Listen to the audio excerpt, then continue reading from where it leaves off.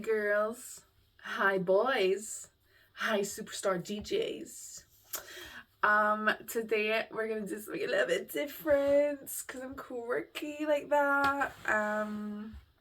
Yeah. I mean, you'll have seen the title. I love when YouTubers say that. You'll have seen the title, and like when podcasters as well, like you'll have seen the title so you know what's going on. But yeah, I'm gonna talk about something I don't really get to talk about, to be honest, a lot, which is art. I studied art in various forms a lot for most of my education career, I guess you could call it. And I was an aspiring art school student, but I got rejected many times. I think it was only twice, but that was enough. Maybe it was 3 times. Enough for me. I'm good. So yeah, as an art school reject, I have a lot of opinions about art.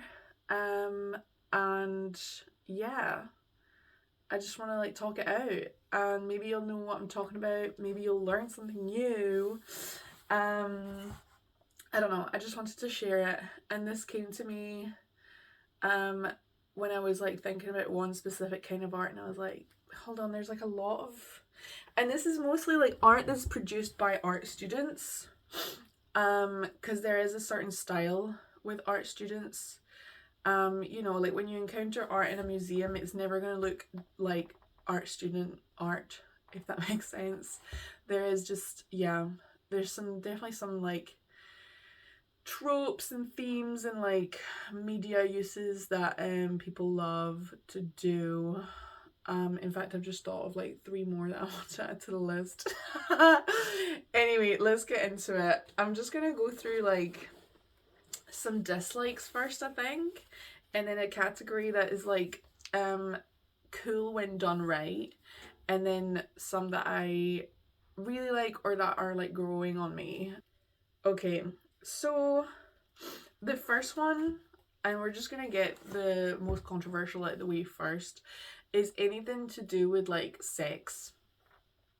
When you look at like most art students, they are either like late teens, early 20s. Some of them are mature, but like definitely the ones who are like 18 to like, let's say 26, they're thinking about shagging, okay, because that's what you do at that age. And there's ways to approach it when you're making art about sex, and there's ways to not approach it. And I've mostly encountered the latter, to be honest. And I am going to talk shit about people that I went to various courses with, but I'm going to keep it anonymous for most of it. But yeah, it is like this thing, because it's like kind of a taboo subject. People like to, use like porn stills or like just elements of porn in art. There was an installation I saw at an art school show, I think a couple of years back, where there was all like balaclavas that had like sexy sex related words on it, and I was just like, ew. I do hate it when guys make sex related art. I'm always just like, yeah, unless they're gay, then that's okay. Like if I see gay porn in art, mwah, love that, always happy to see that. But if I see straight porn, why would you do that? Why would you do that? There was one guy who was in my class years and years ago, hi, who did like a box that you had to like peep through, so it was almost like a peep show, and in it he had like condoms and like Polaroids of his girlfriend, which is like, what? Like, you're exploiting your girlfriend's nudity for a student art show, and it's not even art school. Okay, I don't know, just, do you get where I'm going with this? I don't know. Obviously, like, nudity is also a big part of art, like nudes are like, they're always going to be part of art. The nude form is like so important to artists, because that's how you learn like life drawing, and that's like such a great way of just learning how to actually draw. Life drawing is really good. I really like it. I really miss doing it. But yeah, there's like then ways that it just kind of goes awry, in my opinion. The next one I want to talk about, and this was maybe more relevant like when I was studying, so that was almost 15 years ago. That makes me sick. But like everyone was on the Eternal Sunshine of the Spotless Mind bandwagon. It was, you know, it was the moment. And I think actually this kind of is, I think I've just been thinking about that period of time of my life, like 15 years ago or whatever, just in general, because I made a playlist of like all the like twee shit I was listening to at the time, and this was very much in that era. Like if you were in that moment, you were listening to certain songs, you were watching certain movies, and if you were studying art, you were making certain art. And one of the ones inspired by Eternal Sunshine of the Spotless Mind was like faces where like the expression or the features had been blurred, and it was just, yeah, it's also a great way to like not have to draw a face. Very lazy. Very lazy proof. Like, we love that. If you are scrambling to meet your deadline to hand in your portfolio and you've got to do like 5 drawings, just do like a blurry face. Stunning. You've done it. And there was a lot of that in my classes, in all classes of any art course ever. Then on the flip side of that is photorealistic portraiture. I just like, I'm never that impressed by it. Do you know what I mean? Like, I think that's cool, you know, but I'm just like, where's the expression? I don't know. Anything that's like really photorealistic, I'm just like, well, okay. I don't know. It depends. I think that one's verging on it depends, to be honest. But most of the time, if I see a really hyper realistic portrait, I just kind of walk away. I just move on. And they love to make it like massive, like literally floor to ceiling tall. And I'm just like, okay, ooh, well done. The next one is a very specific type of typography, and I'm talking about like maybe like David Shrigley, you know, like the cover of Juno, the typography that's on that, just like squiggly and quirky and like and like I was attempting that as well in all my sketchbooks. I was really trying to recreate that style of writing, and it wouldn't work because that's not my natural way of writing. Like, my natural way of writing looks like this. Do you know what I mean? Like, I just have the writing I have. I can't like force my hand into doing something unnatural. So yeah, there was definitely a lot of that. I was surrounded by it, I was doing it, and I'm just like, I don't know if it's still as common. I feel like it's not maybe anymore. Probably there's still some people who are just like doing that. But I feel like I haven't really seen that a lot in like student art shows that I've been to recently. So I'm glad we were stepping away from that, to be honest. I think now people are more interested in like actual typography, like that you would produce digitally, which is cool, or even going back like analog style, like using actual printmaking equipment. And then this category is like, it kind of depends who's doing it. The first one is resin. Any kind of use of resin. That's like, mama, once an art girly finds out about resin, it's kind of over. But yeah, I feel in two minds about it. Like, some people do it really well, and this is the thing, like, it's so easy to actually use, but to do it well is like a different story. Do you know what I mean? Like, there was a woman who was in my course. She was like a mature student, that's why I'm calling her a woman, but she did a lot of work with resin because a lot of her work was to do with like memories, and I think the way she did it was very evocative. and you really understood that like it was like entombing this piece of memory or memorabilia in resin to like preserve it.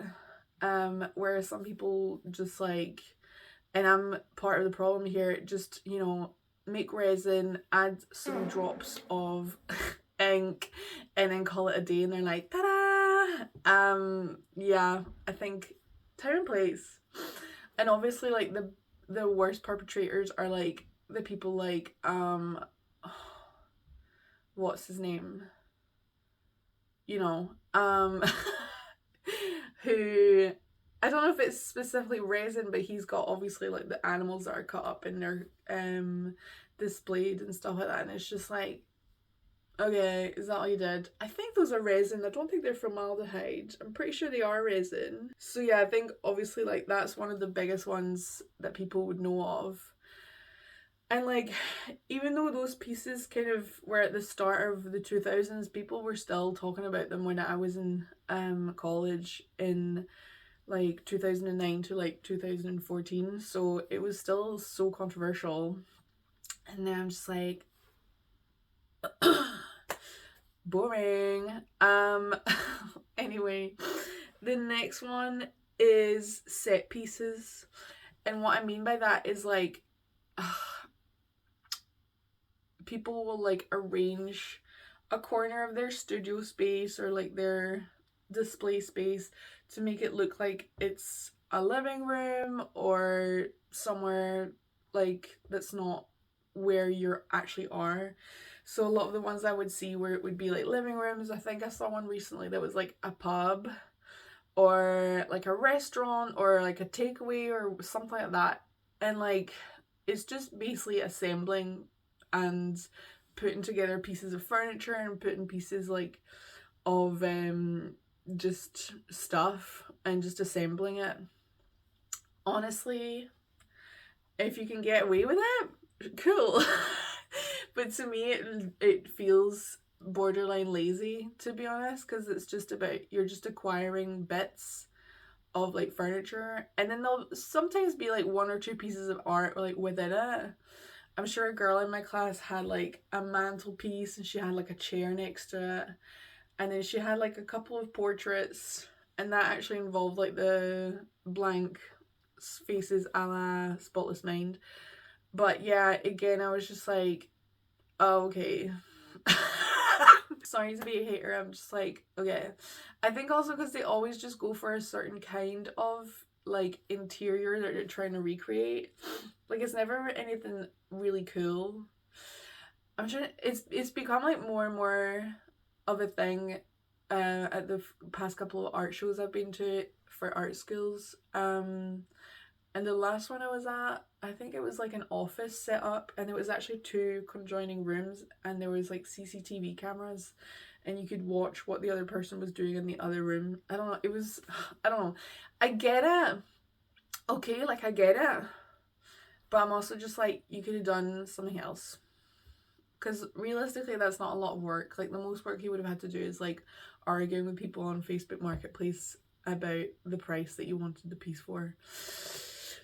You know, like, I would be more impressed if they like made a chair from scratch. I don't know. The next one that again is just like depends, is kind of related, is just like conceptual art in general, but mostly like the ones that most people would call bullshit. So like a big one is, I can't remember his name right now, but Future Me Will, and he is like, I'm sure, I don't know if he's Scottish, but he's studied in Scotland, so like he's like not revered, but like he's well known in Scotland. He did like the steps in Edinburgh that are all different marbles, and it was like, whoa. And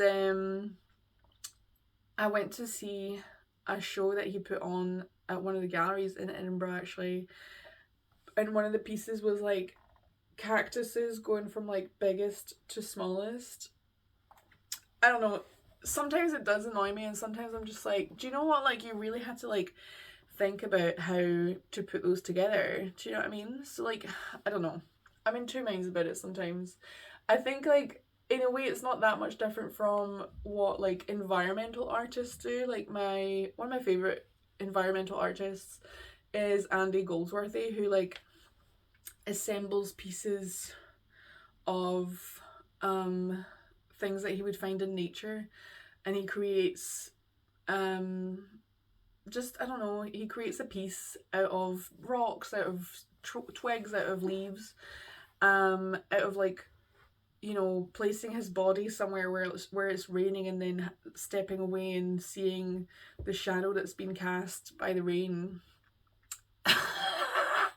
I realize how I sound, okay, but yeah, I think in a way like the stuff that does isn't that much different really. It's just more clinical kind of.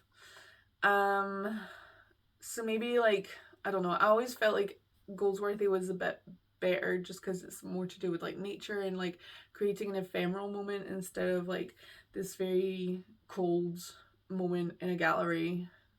I don't know. I think it just depends, you know.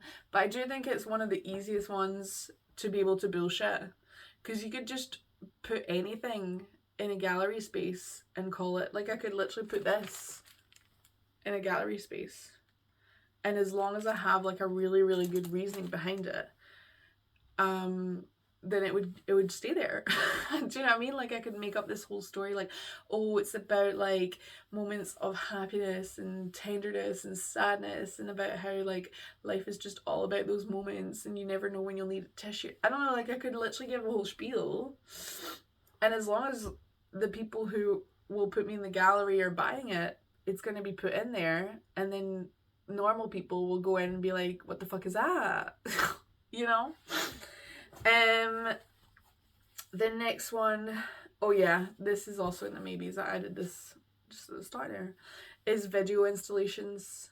Now, this can be very ropey, or it can be good. I think the thing I like the least about video installations usually is that they take place in like a very darkened area. So they'll usually be a bit in either an art school space or a gallery space where it's just black walls and then black curtains around it, and I don't like being in the dark. That is something I'm very uneasy with. I hate being in the dark. So yeah, I tend to like avoid video installations, to be honest, because I'm just like, I'm not going in there. Like I don't want to be scared. So I kind of avoid them. The only times I really give them a shot is if it's on an actual like TV. And again, this kind of ties in with like the set pieces thing where people will put it on like an old proper telly, like a box TV, instead of a flat screen usually. People love it. But like, hey, I was doing it too. I made several videos because we did like a module on like video editing, and I ate that shit up. And honestly, if I hadn't eaten that shit up, I don't think I would be doing this. So in a way, props to video installations, you know. But yeah, I think the best ones I find anyway are when it's kind of funny, or if it's short. I'm sorry, I'm not staying around for longer than 5 minutes to watch a video in an art gallery. Like at that point, just make a documentary or a short movie or something. Do you know what I mean? Like, don't show it in a gallery. I don't know. Galleries are such uncomfortable places to me. Like, unless you're gonna have a sofa set up, I don't want to watch it. I do not want to watch it.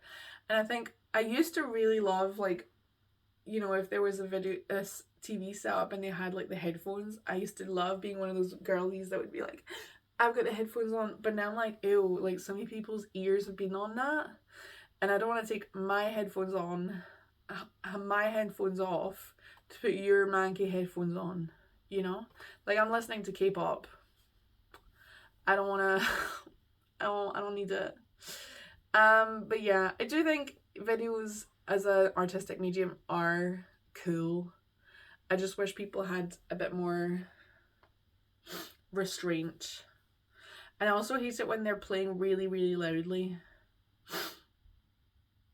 That's all I'm going to say.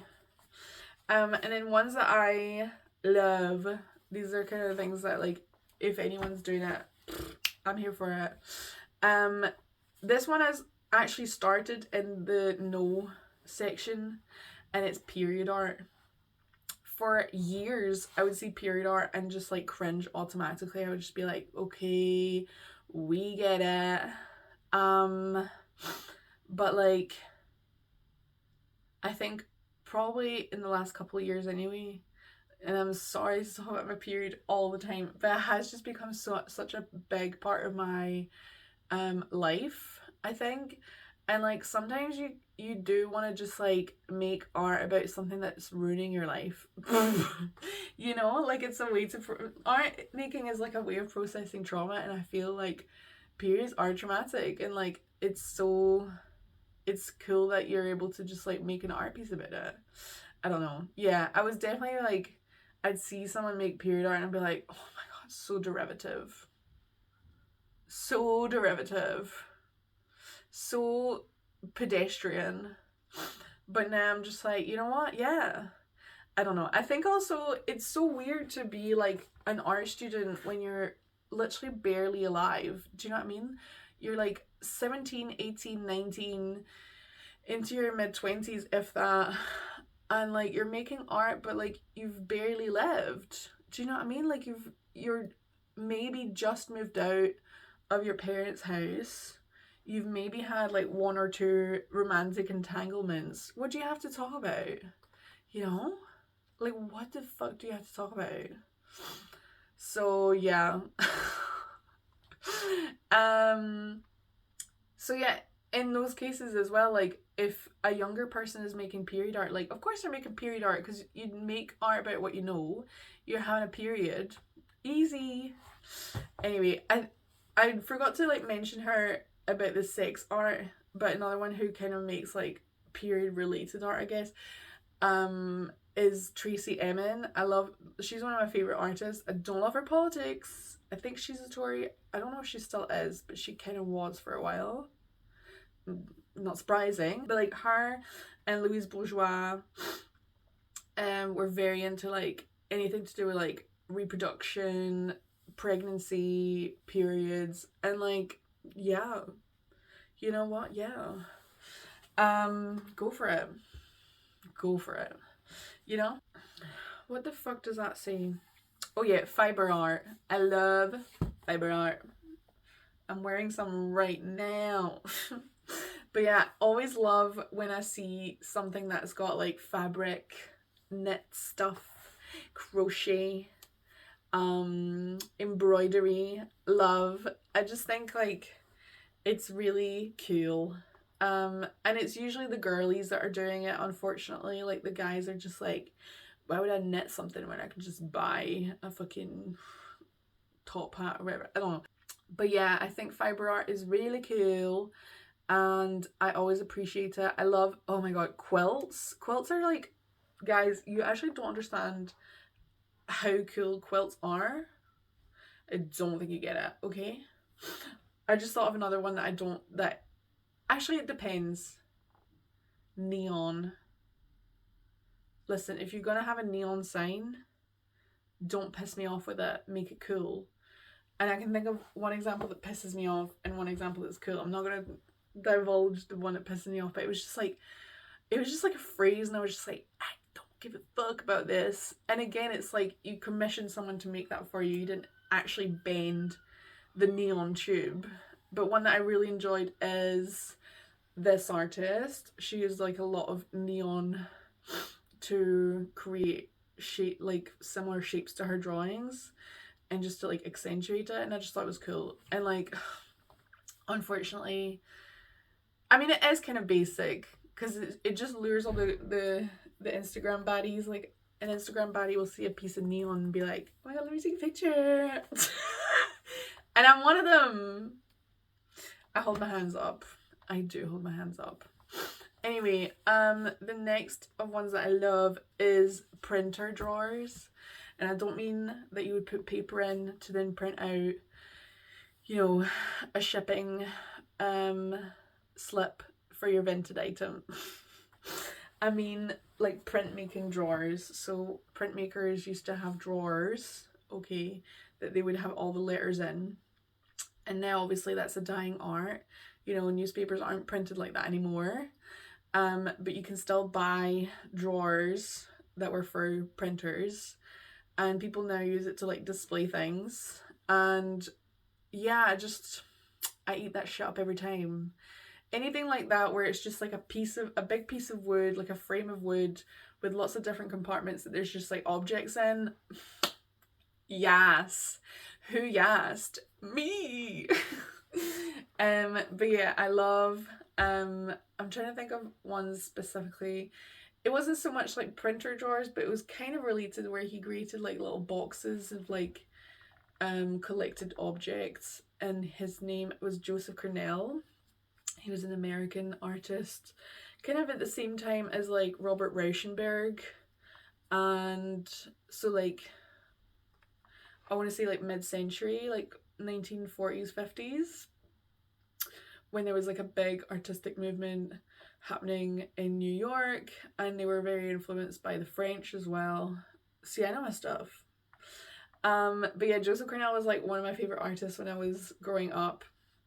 He still kind of is. Like every time I see it, I'm just like, bruh, you know, like he kind of did that.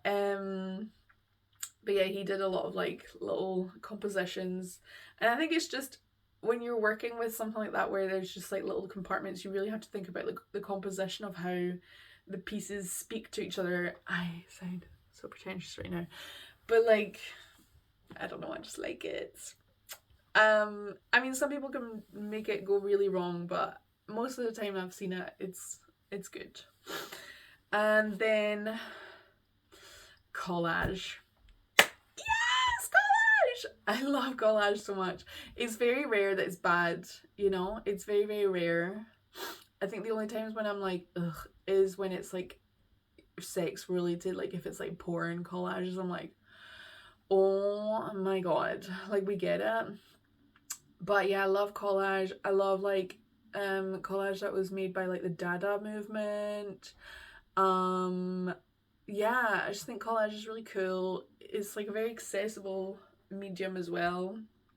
All you need is paper, glue, and scissors, and then you can just get going. One of my favorite collage artists is Mina Gilligan, who's Australian. She's like practicing right now. Do you know what I mean? I follow her on Instagram, and she's really, really cool.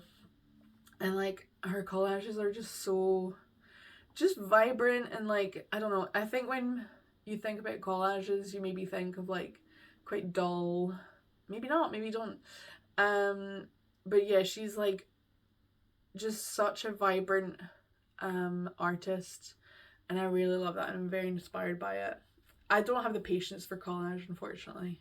I always have like really good ideas, but then I'm just like, I don't want to cut this little tiny detail stuff. And I hate using a blade to cut. That's just me.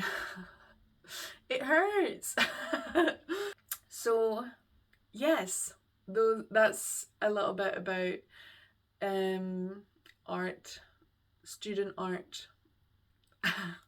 Those are my thoughts and feelings. Stuff I will always go crazy for is just like a really good composition of colors. I'm thinking like something inspired by Helena Frankenthaler, something inspired by Matisse, something inspired by Rothko, like soft or just very expressive, very nice colors that go together, greens, pinks, purples, reds, you know, earthy oranges, very vibrant blue. You know, and what else do I go crazy for? Florals, love florals, and not just like a nice bouquet of flowers, maybe more like witchy. Anytime there's like an installation where there's like a piece of gauze, okay, and then they've attached flowers to it with like a tiny piece of thread, I'm gonna eat that up. I'm gonna eat that up. Yeah, that's all I've got to say. There's a lot more I could talk about, but like those are the ones I feel the strongest about, really. Yeah, let me know what you think. Yeah, I feel like 3 people will understand what I'm talking about for most of this video. But hey, maybe you learned something new. Hey kid, maybe you learned something new. Okay, I'm gonna play a video game for 40 minutes. Mwah.